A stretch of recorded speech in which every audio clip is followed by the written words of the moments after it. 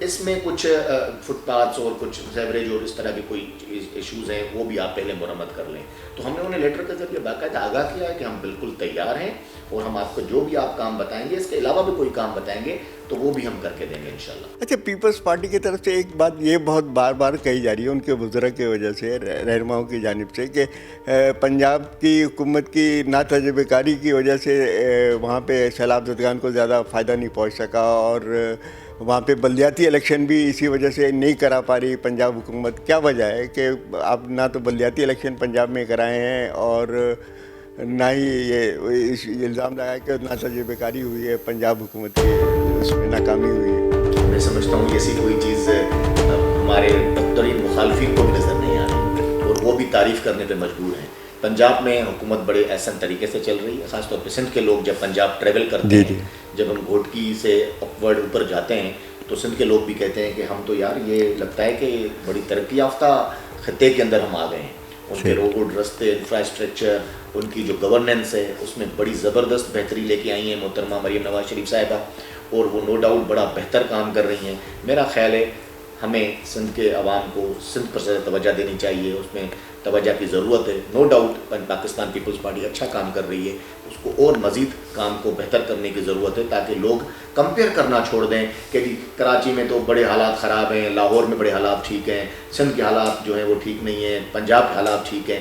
یہ کمپیریزن جب ختم ہوگا اور محترمہ مریم نواز شریف صاحبہ کا جو رول ماڈل ہے، جو ان کا کام ہے، جو ان کا پورا جس طرح سے ایک ورکنگ ریلیشن شپ ہے اپنے اداروں کے ساتھ، اس پورے چیز کو اگر ہم یہاں سندھ میں بھی کاپی کریں اور سندھ گورنمنٹ بھی کاپی کرے تو سندھ کے عوام کے لیے بھی بہتر ہوگا. سندھ میں آپ کی جماعت کہاں کھڑی ہے؟ آپ کو کہا جاتا تھا کہ یہاں پہ بڑی دوسری جماعت بڑی ہونی چاہیے نون لیگ پیپلز پارٹی کے بعد، لیکن ابھی تک اس کے مقابلے پہ کھڑی نہیں ہو رہی ہے اور کہیں نظر نہیں آ رہی نون لیگ.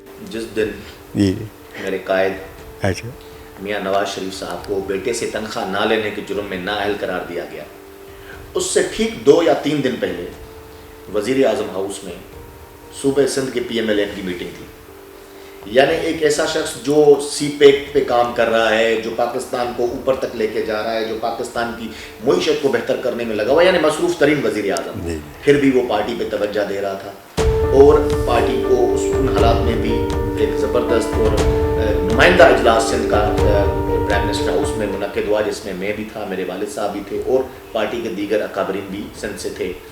پھر ہمیں وہاں سے محترم وزیر اعظم پریزیڈنٹ ہاؤس لے گئے اور ممنون حسین صاحب کے ساتھ بیٹھ کے، کیونکہ ممنون حسین صاحب کا تعلق بھی سندھ سے تھا، تو وہ وہاں پہ پھر پریزیڈنٹ ہاؤس میں بھی سندھ کی پارٹی میٹنگ ہوئی. وہاں پر بھی پارٹی کو سندھ میں مضبوط کرنے کے حوالے سے باتیں ہوئیں. دوپہر کا کھانا بھی ہم نے وہاں کھایا. 2 دن کے بعد آپ نے دیکھا کہ محترم وزیر اعظم کو ایک سازش کے تحت نااہل قرار دیا گیا. اس دن کے بعد کیونکہ محترم نواز شریف صاحب کی جو زندگی ہے، پولیٹیکل زندگی ہے، اس کو بہت زیادہ حد تک ڈسٹرب کیا گیا. ان کی فیملی نے جتنی قربانیاں دی، ان کی وائف کی طبیعت ٹھیک نہیں رہی، پھر وہ ان کو چھوڑ کے آ کر جیل میں آنا پڑا. ان کی نظروں کے سامنے ان کی بیٹی کو گرفتار کیا گیا. جیل کی کال کوٹھری میں انہیں بتایا گیا کہ ان کی جو شریک حیات ہیں جن سے وہ بے انتہا محبت کرتے ہیں، ان کا انتقال ہو گیا. تو انہوں نے بڑے دکھ دیکھے.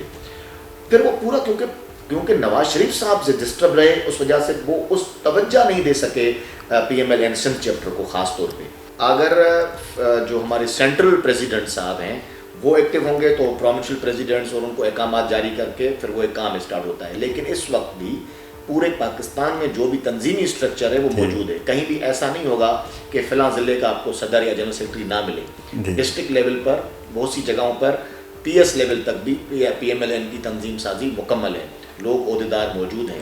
ابھی بھی 1 گھنٹے کے نوٹس پہ ہم کراچی میں جلسہ بھی کر سکتے ہیں، پورے سندھ میں کسی جگہ بھی جلسہ کر سکتے ہیں. محترم بشیر میمن صاحب ڈیلی کی بنیاد پر اجلاس بلاتے ہیں، اپنے گھر پہ ان کے اجلاس ہوتے رہتے ہیں، میٹنگز ہوتی رہتی ہیں. اور میں سمجھتا ہوں کہ بشیر میمن صاحب جو ہیں وہ بڑے ایکٹیولی، جب سے وہ پارٹی میں آئے، بڑا ایکٹیولی ان کا رول ہے. وہ جتنے وسائل اس وقت موجود ہیں یا سندھ کے جو مروزی حالات ہیں اس میں رہتے ہوئے بیسٹ پرفارم کر رہے ہیں. گو کہ اس پرفارمنس میں ابھی اور زیادہ بہتری آئے گی جب قائد محترم ڈائریکٹلی دلچسپی لینا شروع. پیپلز پارٹی کی جانب سے مخالفت کی جا رہی ہے. وفاقی حکومت کہتی ہے کہ ڈیمز بننے چاہیے اور بھی جماعتیں کہہ رہی ہیں ڈیمز بننے چاہیے. اور یہ جو سیلاب آ رہے ہیں اس کی ایک وجہ یہ بھی ہے کہ ڈیمز نہیں ہے تو ہو سکتا ہے اس کی روک تھام کے لیے مدد ملے گی. تو کیا آپ کیا کہتے ہیں کہ ڈیمز کا کیا صورتحال ہے؟ کوئی بھی بات نہیں ہے, کوئی بھی نہیں چاہتا ڈیمز بننے چاہیے. ڈیم صرف وہ لوگ چاہتے ہیں بننے چاہیے جنہیں ڈیمز کی نالج نہیں ہے. پوری دنیا میں بڑے ڈیمز کی لوگ مخالفت کرتے ہیں, چھوٹے ڈیمز بننے چاہیے. اور ریزروائرس خاص طور پہ جو پانی کو ذخیرہ کرنے کے ڈیمز ہوتے ہیں وہ ضرور بننے چاہیے, اور وہ ان جگہوں پہ بننے چاہیے جہاں سے سیلاب آتا ہے. دریائے سندھ پر لوگوں کے کچھ الگ سے سینٹیمنٹس ہیں, اس پہ ایک اسٹڈی موجود ہے. دریائے سندھ پر اس وقت کوئی ڈیم موجود نہ ہونے کی وجہ سے, یعنی کہ میں کالا باغ ڈیم کے حوالے سے اسپیسیفک بات کر رہا ہوں, تربیلا ہے, باقی چیزیں, لیکن اس وقت جو اسٹرکچر ہے اس میں بھی ہماری جو ڈیلٹا ہے وہ تباہ ہوتا جا رہا ہے. صحیح. 80 لاکھ ایکڑ زمین سے زیادہ ڈسٹرکٹ تھٹا اور بدین کی زمین جو ہے وہ سمندر سویپ کر گیا ہے اور وہ بنجر ہوتی جا رہی ہے. پورا آپ کا جو کوسٹل بیلٹ ہے اس کا جو ایٹماسفیئر ہے, اس کی جو اس کا جو کلائمیٹ ہے وہ ڈسٹرب ہو رہا ہے, جس کی وجہ سے کراچی میں بھی بہت بڑا سونامی آنے کا خطرہ ہے. مینگرووز آپ کے تباہ ہو رہے ہیں.